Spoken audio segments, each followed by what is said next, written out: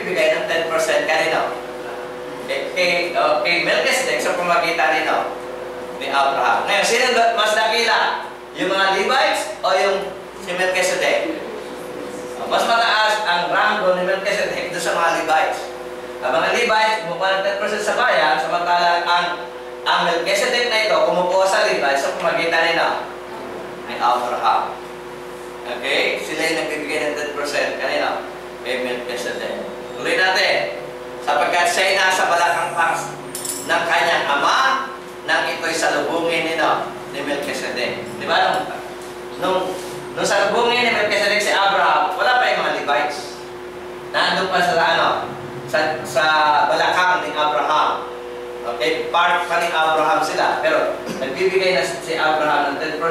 So, ina-assume na nagbibigay rin sila ng 10% kanina. Kay Melchizedek. Okay. Ngayon, kung may kasakdalan nga sa pamagitan ng pagkakasacerdote ng mga Levita, kung sakdal nga yung kanilang pagiging sacerdote, okay, siya sabi dyan, sakdal ba yung pagiging sacerdote ng mga Levita? Hindi, no? Kasi naglilingkod sila sa Diyos para sa kasalanan ng bayan, pero para rin sa kanilang kasalanan. Kaya ang ating Panginoong Kristo, kung maglingkod man para sa kasalanan lang ng bayan at hindi sa Kanya. Ang ating Panginoong Kristo na nanatiling sacerdote magpakailanman, sila ay natatapos yung kanilang pagiging sacerdote. Kapag namatay sila, tapos na yung pagiging sacerdote nila. So, may malaki yung pagkakaiba ng pagiging sacerdote ng ating Panginoong Kristo at pagiging sacerdote ng mga Levita. At ito mga Levita, hindi sila sakdal. Kaya sabi rito, ngayon kung may kasakdalan nga sa pamagitan ng pagkasacerdote ng mga Levita, sapagkat sa ilalim nito ay tinatanggap ng bayan ng kautusan, anong kailangan pa na magbangon ng ibang sacerdote ayon sa pagkasacerdote ng Melchizedek at hindi ibinilang ayon sa pagkasacerdote ni Aaron? Bakit pa kailangan magbangon? Ibangon si Cristo bilang sacerdote ayon kay Melchizedek. Dahil nga, ang mga Levita ay hindi sakdal sa kanilang paglilingkod bilang mga dakilang sacerdote. Nakuha niyan, hindi naman sila perfect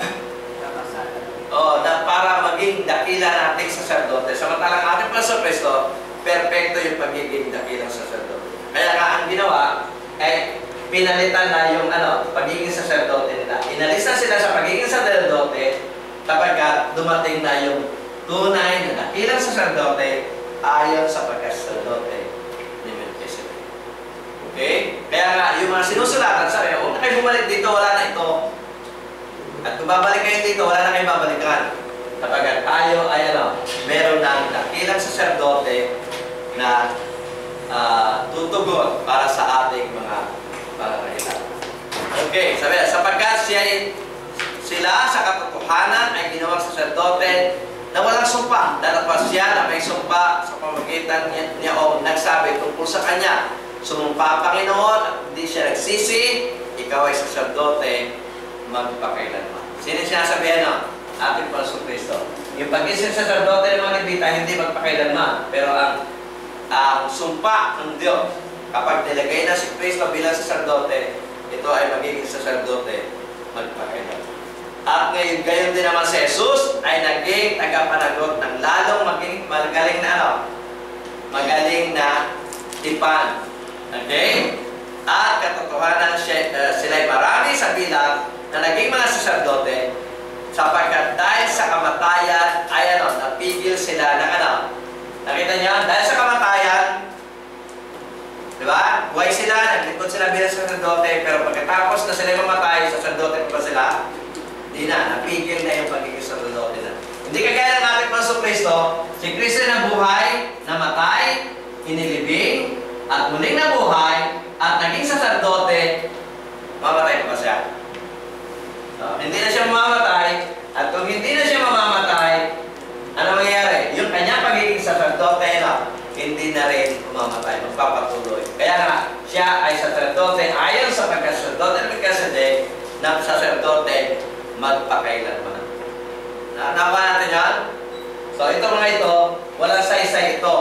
Kasi natatapos yung kanilang tungkulin matapos na sila ay mamatay. Okay. Tuloy. At kaya din naman si Jesus ay naging tagapanagot ng lalong mabuting tipan.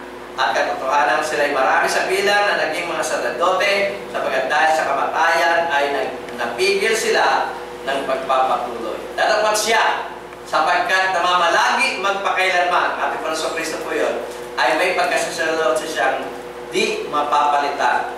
Dahil dito naman siya ay makapagliligtas ng lubos sa mga nagsisilapit sa Diyos sa pamamagitan niya. Palibhas ay laging nabubuhay siya upang mamagitan sa kanila. Yun ang kahigitan ng ating Panginoon Kristo sa mga nagkita. Siya laging buhay, so lagi siya available para siya ay lapitan. Okay? Sabi doon, sapagkat nararapat sa atin ang gayon dakilang sacerdote, banal, walang sala, samantalang ito nagkakasala, di ba? Walang dungis, nahihiwalay sa mga kasalanan, at ginagawang lalong mataas pa kaysa kaysa mga langit. Na hindi nangangailangan araw-araw ng paghahandog ng hain, na gaya ng mga dakilang sacerdote una-una patungkol sa kanyang sariling kasalanan at saka patungkol sa kasalanan ng bayan, sapagkat ito'y ginawa niyang minsan magpakailanman ng kanyang ihandog ang kanyang sarili. So, mas maganda yung pagiging sacerdote ng ating Panginoon Kristo. Hindi na siya araw-araw pa naghahandog.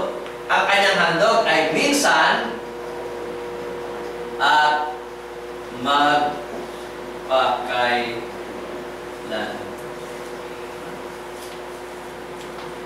Okay? So, sino mas dakilang sacerdote? Mga Levita o ating Panginoon Kristo?